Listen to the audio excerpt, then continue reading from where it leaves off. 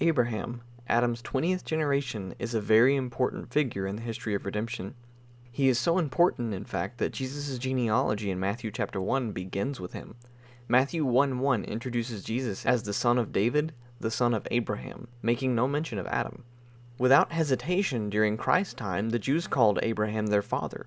And when Lazarus died in Luke chapter 16, he went to heaven and was in Abraham's bosom, while the rich man went to hell.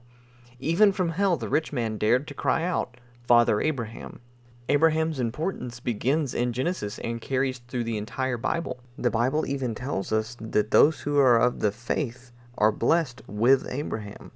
Today we're going to examine the man Abraham, the times he lived in, the grace that God showed man through his generation, and the beginning of the new work of salvation through Abraham. So let's get started.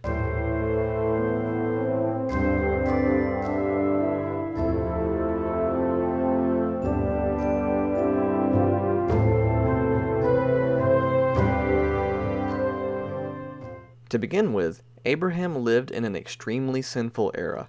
God's work that began with creation ran parallel with the major sinful events in the world until Abraham's time, beginning with Adam's eating of the forbidden fruit, Cain's murder of his brother Abel, Lamech's song to his wives at the end of the genealogy of Cain, the marriage of the sons of God to the daughters of men, the sin of Noah's time that led to the great flood, and the construction of the Tower of Babel after the flood. Sin, which had begun with one man, increased to a group level and eventually to a national level. Sin truly holds enormous power, and anyone who believes otherwise is a fool. Before the flood, it had successfully lured the sons of God to its side, and then during the Tower of Babel incident, it orchestrated a powerful community that attempted to encroach upon heaven, God's sacred dwelling place, through the building of a physical city and tower. The members of that humanistic community had cut themselves off from the line of salvation that God had given to mankind and relied on their own wit. Historically, the Tower of Babel incident took place only a little over 100 years after the judgment of the flood. In so little time after the great judgment of God that wiped all life off the face of the earth, sin had infected and covered the world again. As we covered last week, Noah and Shem had been alive prior to the flood and were alive when the Tower of Babel was being built.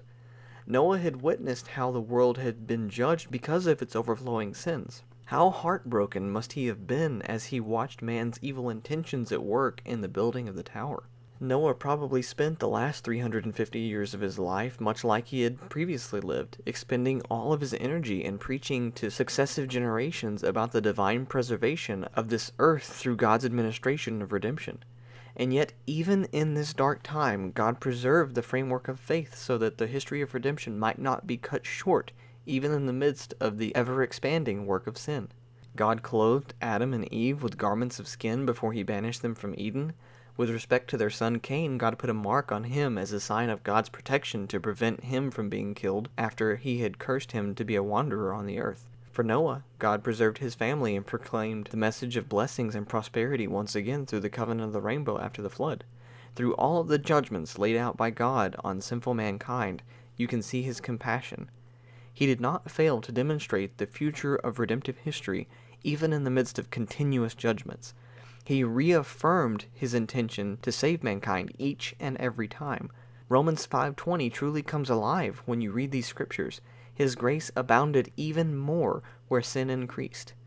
The structure of faith would not have remained at all without God's grace. It was God's grace that led mankind to this point in history, and God's grace that would begin the next phase in man's salvation.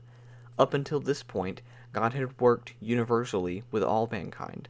Now, he was beginning a new phase in the history of redemption by electing just one ordinary man, Abraham, the son of an idol maker from the Ur of the Chaldeans.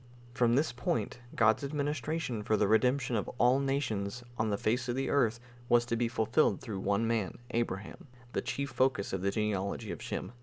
As God had promised when he called him, Abraham began as one man, but he ultimately became the starting point for the salvation of all nations. Let's read Ezekiel 33, verses 23 and 24. Then the word of the Lord came to me, saying, Son of man, they that inhabit those ruins in the land of Israel are saying, Abraham was only one, and he inherited the land. But we are many, and the land has been given to us as a possession.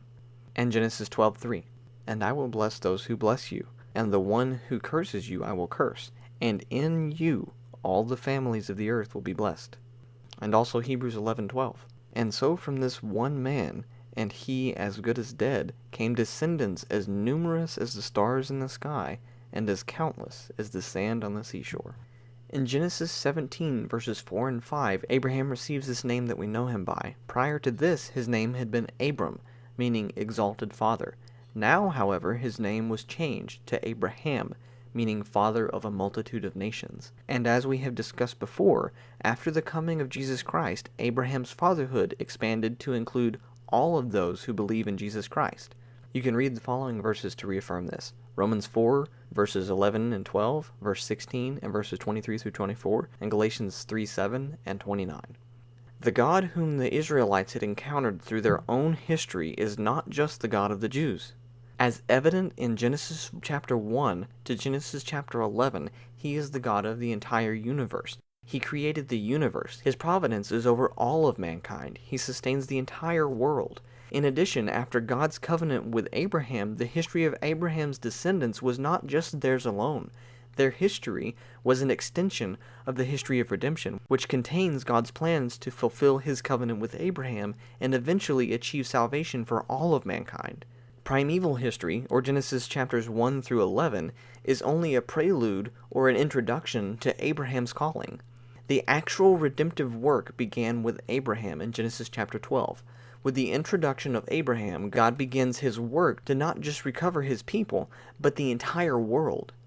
As we know, this work was completed with the coming of the Messiah, or Jesus Christ, the seed of the woman that was promised to Adam in Genesis chapter 3, verse 15.